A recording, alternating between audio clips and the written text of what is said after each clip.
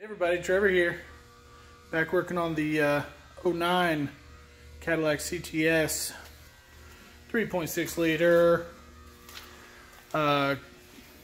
Comes back in, customers saying the oil pressure is super low.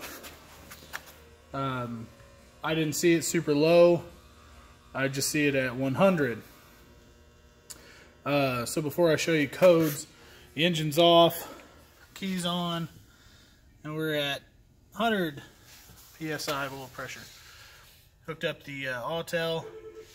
We've got a P0523 engine oil pressure sensor, circuit high voltage, and then an evap code.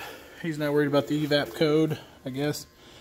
So I'm not sure what we're going to do on that. But anyway, so at this point you can diagnose further. You know, you can actually test live oil pressure. I actually do not have the fitting for this here, but seeing how engine oil pressure sensor circuit high voltage and it's not even running and it's reading 100, I'd say the connection inside the sender is bad. So I am going to show you how to replace the oil pressure sender switch on a 2009 Cadillac Cts. Alright, so on this particular engine, oil filter housing is a cartridge style, which is on top, and the oil pressure sender is right there.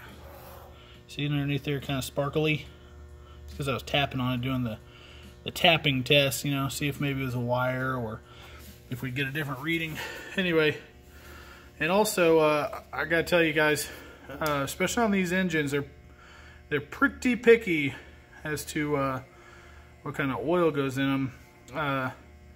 I have not had any issue, and that's coming from, of course, the dealer and stuff like that. But you know, I've had a lot of people give me house brand from whatever parts store, full synthetic oil, and you know, I've never seen an issue with it. So you know, you do you. I'll put it that way.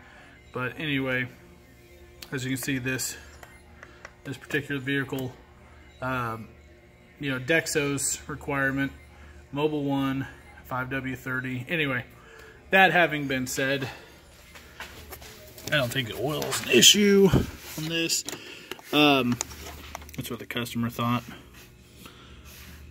So anyway, let's get to it. It's a really tight fit. Even if you take this panel off over here, that's actually the shock tower. That's frame right there. So that ain't gonna help. So I'm going to get my sender sockets out, and we're gonna get at it. You know, this job calls for, like, good grief, like 4 hours or something to pull the whole housing off. So we're not gonna do that. We're just gonna see what we can do about getting down to it from up top. So as you can see right there, it's not too bad. I mean, I got some big old meat hooks, so that's gonna be a pain. But right there, I got it unplugged. So anyway, we just need to get a socket down there, get some swivels and whatnot, and I'll show you what combination works for me. So let's do this. All right, so the first thing I'm gonna do, unplug mass airflow, 8mm on that band, leave that one, 10mm right here, and we're gonna pull this filter housing air intake off and out the way. So like I said, 8mm, 10mm, and let's do it. And I almost forgot, you got a Torx in there. It is, it was a T20 is what I used. Maybe if I can show you somewhere. Boom. Maybe I can't get it to focus. Anyway, T20 Torx. All right. Okay, so disregard. That actually, I'm an idiot. It pops in right there. So anyway, when you lift out, lift it, push that way, mind that hose. Okay. So that frees up quite a bit of space to go straight into it, hopefully. Oil pressure sender socket that I have is a little Mac tool guy right here. 1 1/16. This one's 1/2 inch drive, which kind of sucks, but anyway, I've got reducers if need be, but I'll get my 1/2 inch in there. So, all right, I'll get my combination together of what works, and we'll get this booger out of here. Got the new one in there. I'll give you the BWD part number. So anyway, all right, so this one's a little bit different than the last one I did, but not a big deal. We'll get through it together. All right, so you see a switch in there. Okay, there it is. Now that hard line, that power steering line right there, the hard line, not the return. Hard line is in the way. See that hump? Anyway, all that's in the way. I don't think there's going to be any getting around that. Anyway, so let's get a wrench or crescent wrench, whatever you have. Line wrench is better. And let's get that line out of the way. We'll make a tiny bit of mess. So I have a pan ready. Let's do it. All right, so we got the line out of the way. It's tedious, but 18 millimeter open end wrench is what I used. Now we'll get the socket in there and we'll get that bugger out. All right, as you can see, went straight in there, putting the extension and socket over the return line. See, now I got my big O ratchet, and we're gonna take it out. All right, so the old one is out. And also a heads up, you'll have a little bit of oil leakage, so be ready for that.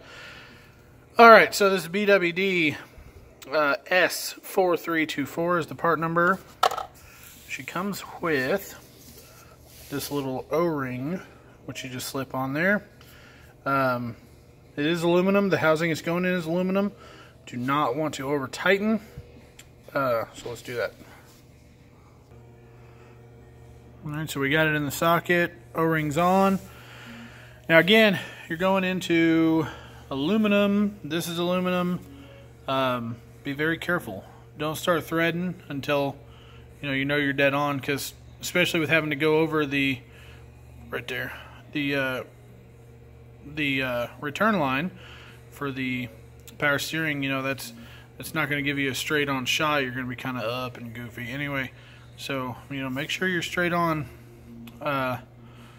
If you got the time, go ahead and take that line out of there. I totally could, but I'm just trying to zip through this. I got to get this out of here and get to 20 more cars. So anyway, so this is my way, but I recommend, it's just 2 clamps. So take that return line out of your way, and then it is truly a straight on shot. So anyway, take it easy, take your time. Let's do this. All right, so I just wanted to show you. I'm going to get it started with my fingers. Like I said, it'd be easier to take that return line off, but I'm trying to do this quick. I don't want to make a mess and have to clean all that up and add power steering fluid and all that. Surprisingly, when I took the hard line off, I didn't lose any. I mean, it makes sense. Engine's not running, it's not going to be pumped through it, but I'm surprised there wasn't any residual or something like that. And I dropped it right here. Anyway, I just want to show you guys. I'm going to do it. Get it started with my fingers, and then I'll get my socket in there, and I'll try to find the. There we go.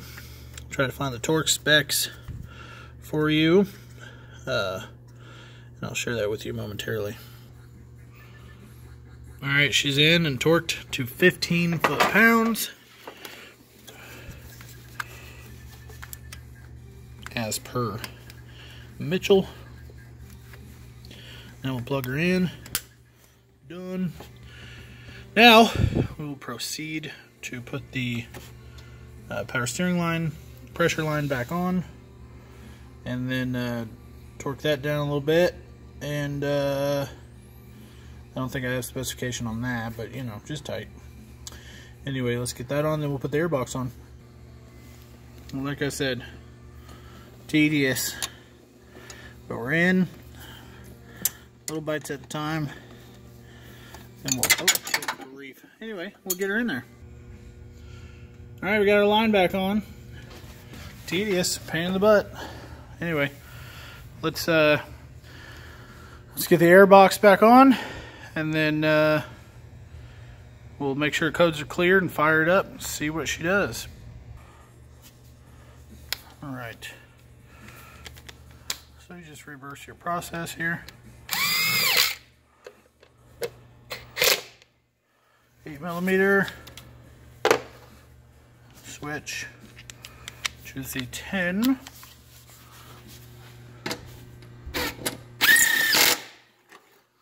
Okay. There's a hose, this hose right here. You want that on, make sure you get that on the top. Plug in mass air. This line right here, I forgot to show that taking it apart, but make sure that gets plugged back in. And we're back together. Now we'll put our trim pieces back on, engine cover, and then we'll clear the codes and fire this thing up. So go ahead and get your covers on. Alright, so if you did take the return line loose, or if you did lose a fair amount of power steering fluid from the hard line or the pressure line, make sure you check your power steering fluid. So anyway, that's all together. Let's go clear some codes. Alright, so codes are cleared. Let's fire it up.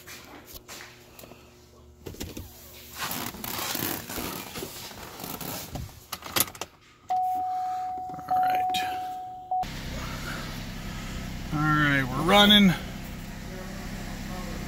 Okay.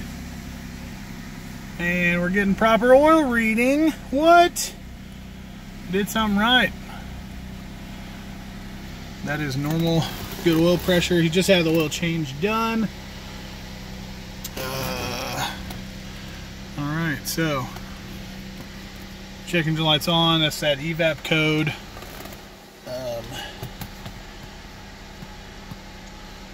Let's just make sure.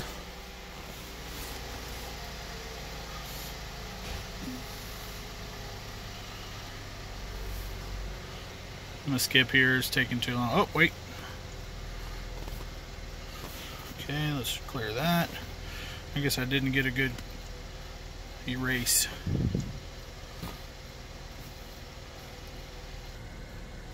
Alright, code successfully erased. No check engine light. Oil pressure's good. You guys, thanks for watching another Cadillac video. Yeah. Keep on keeping on. Thanks for watching, guys. Hope this helps somebody. Like, subscribe, share. And, oh, hey, look at that.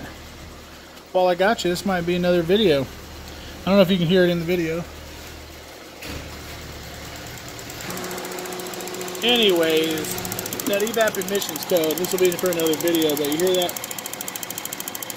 Tick, tick, tick. That's going to be an easy fix. Anyway, thanks, guys. Like, subscribe, share. I hope this helps. Give me a video, or give me a daggum comment if you need something. See ya.